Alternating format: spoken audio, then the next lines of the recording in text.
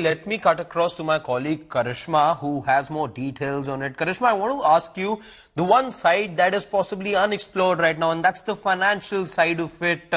We're talking about the security side, of course, but as far as financial losses that airlines have to incur because of this, could you throw some light on what the numbers could look like?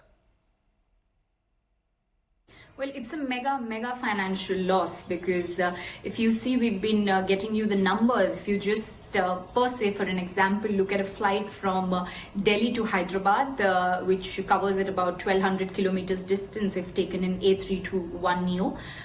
It utilizes about close to 5,000 liters of fuel, and if you're making a diversion mid-flight, then you're almost putting about 2,000 to 3,000 liters of fuel. You're dumping that amount of fuel, which is going to cost an airline about 10 to 12 lakhs easily. Besides fuel, there are a lot of other costs.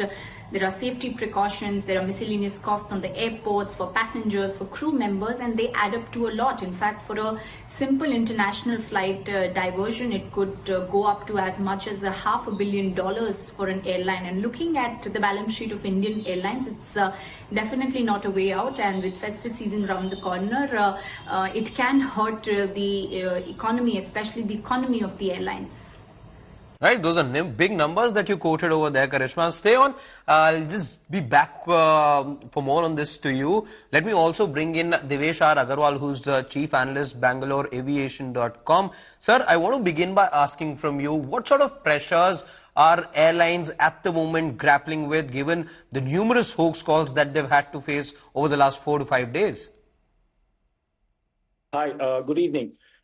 Basically, see, by by protocol and by internationally accepted procedure, the moment you get a threat, hoax or otherwise, you have to follow certain standards, and that includes if the flight is in the air, you get it on the ground. If it's already on the ground, you evacuate the aircraft, you recheck everything. Now that creates disruptions, and as you just spoke to your colleague, the financial element of that is very high. Putting an aircraft on the ground, it adds to operational issues. Pilots and cabin crew are dictated by, certain rules that they're allowed to do only so many number of landings, so many number of takeoffs in a particular day. So this whole thing has a very tremendous both operational impact as well as financial impact. That is the direct thing. So the indirect thing, what you're seeing is passengers are beginning to get scared. I very honestly would really like to reassure passengers. I have great confidence in the security apparatus in terms of the actual checks. What the CISF and the other agencies do on the ground within India. I don't see the threat being actually real. If you see, all of these have been hoaxes. The difference, unfortunately, is, and I don't know if you have also noticed, these hoaxes are all directed against Indian carriers. Even international flights are only Indian carriers. They have not been directed against any European carrier. They have not been directed against any American carrier. Because I think these hoaxsters know that unlike India, where I'll let you ask your next question. I have a point to make. Please, go ahead. Yeah, the other thing that I want to know from you, because, speaking solely from the point of view of the flyers, this is festive season. This is when you're traveling from one city to the other. You're making multiple trips. While this means a lot to those traveling, for the carriers as well, this is a lot of business now. How big a setback in a situation like this does it become for the carriers? No, as I said, the financial impact is there. It's also having its own psychological impact on the country, the passengers in the country. Right now I'm sitting in Chicago. If somebody phones in a threat, this is what is beginning to sort of astound me, that you're saying, there are over 100 hoaxed calls. Why is it that it is still being handled by the Bureau of Civil Aviation Security? This has now become a issue of national security. It should be involving you. Just earlier in this program itself, you referred to the bomb blast that occurred in Delhi. One bomb blast, you have the NSG, the NIA, you have all kinds of intelligence and law enforcement agencies who are specialized in counterterrorism. The BCAS is a very good organization in terms of aviation security, but it is not, the RAW or the CBI. In the United States, if somebody phones in a bomb threat, it's an automatic federal crime. In fact, the rules are already there in India. They're talking about policy. 6 days now, why has this not been escalated to the actual intelligence apparatus of India? If we can listen to a terrorist talking, in Pakistan, occupied Kashmir, you're trying to tell me we can't trace a telephone call? I mean, people are still wondering. This is not acceptable. India definitely has far more stronger intelligence capabilities, and it's time for the country to treat this as a national security threat and has to take direct action. These issues, I'm still seeing, in your ticker, Indigo is yet to file a police complaint. Hey, certain things have to happen automatically. These cannot be that, oh, I'm going to make a policy, I'm going to do this, I'm going to do that. Yeah, that is all, sorry to say. Right, sir. It's literally like, bolting but the what barn do you door think? after the What do you horses think run is away. holding the airlines back in such a scenario? If you believe the intelligence is there, if you think the apparatus is there, what is possibly holding the airlines back over here? No, I would say what is actually holding the government of India back. God forbid, can you imagine if somebody had phoned in a threat against one of the VVIP aircraft, which is carrying the leaders of this country? They would have caught the culprit in 15 minutes and made an example of him. It's time for us, for this government to turn around. And I remember Vandana ji had also said, it's time to bring in the security, the intelligence specialists who are trained and have the resources in counterterrorism to catch these guys. I was seeing, we talked about a minor being arrested. I said, yes, you can't take legal action against him. You better say, yeah, okay, I'm going to make you do 10,000 hours of community service. Go and sit and clean, latrines and pick up the garbage of the streets and all for the next 1 year. Make an example out of that child. Don't ruin his future by, putting a criminal file on him, but at least give him such a severe punishment that it serves as an example.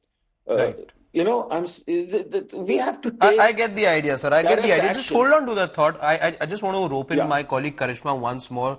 Karishma, coming to you. Now, post the BCAS meeting, I just want to understand from you, has there been any further ministerial involvement that's happened? I think yesterday's meeting was more of a reconfirmation and reiteration of what the government has been trying to say. In fact, DG BCAS has also shared that Indian skies are safe for Indians to travel, and that should not be a concern. And airlines can be rest assured of the fact that all the SOPs and the safety regulations will be duly followed. Post that, we have learned that Ministry of Civil Aviation has continued to monitor the situation. We have picked up that couple of flights. In fact, Indigo has said 6 of their flights received these threats, but now airlines are receiving these threats usually after arriving to the destination. While of course no threat can be considered a less serious one, airlines are trying their best to manage the passenger traffic and make sure that no flights are being delayed. Okay.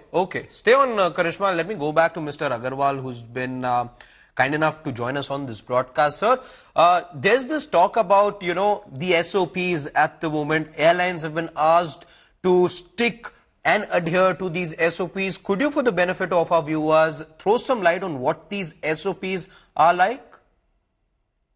No, as I pointed out, I think even Karishma said most of the calls maybe after the aircraft is on the ground. But just yesterday, while, as I said, I was sitting in the US, I tracked Vistara Flight 27, which is Mumbai-Frankfurt, and, it's declared an emergency. The moment it gets a threat, that has to be treated with the utmost seriousness. You may know that it's a hoax, but protocol across the world is the moment I have a threat, I have to put this aircraft onto the ground. I have to clear out the aircraft. I have to examine all the baggage.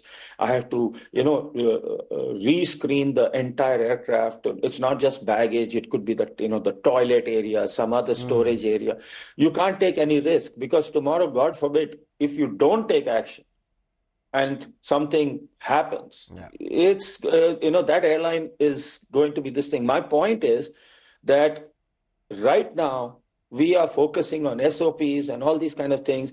These are, I'm sorry to say, I mean, they are important, but the priority absolutely has to be putting the country's intelligence apparatus. Our country has got a very strong intelligence apparatus.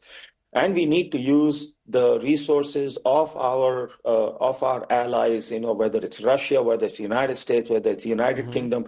We have to take them into, get their help, use their massive intelligence resources, and identify the people who are going to do this. Because this is going to continue till you don't catch the people who are actually doing it. And I don't see the government, showing any signs of making that effort right now. It has to be escalated to an NSG, CBI, NIA, RAW kind of level.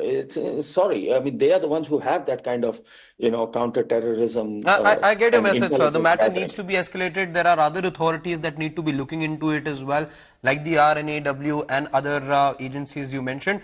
Because we're running out of time, I quickly want your thought before we wrap this chat up. Is there any past precedent, do you recall, of such enormous number of hoax calls happening all at the same time, or let's say in a 4 to 5 day window, as is the case this time? No, sir. And the thing is, if you see, it's happening against India because we are still dilly-dallying on policy. In any other country like the US, Western Europe, etc., they would have immediately activated a national security protocol and, gone after the people, and they would have caught the person right there and then and nipped it in the bud. I'm sorry, we need to do that. That is of top priority. We have to show the world, and we have to show these hoaxers we are serious. And in the meantime, personally, I'm very confident on the security apparatus of India, and I would urge passengers don't panic. We have a very strong security check mechanism as far as the actual physical security is there. Okay, sir. Thank you so much for joining us on this broadcast, sharing your thoughts, sharing light into matters that really concern the Indian public right now, the flyers. I want to thank Karishma as well for throwing light on what's happening as far as this whole situation is concerned. She tells us that the meetings taken place, the SOPs have been made clear, but nothing to worry about, as Mr. Agarwal was pointing out. You do have a very robust system to take care of you.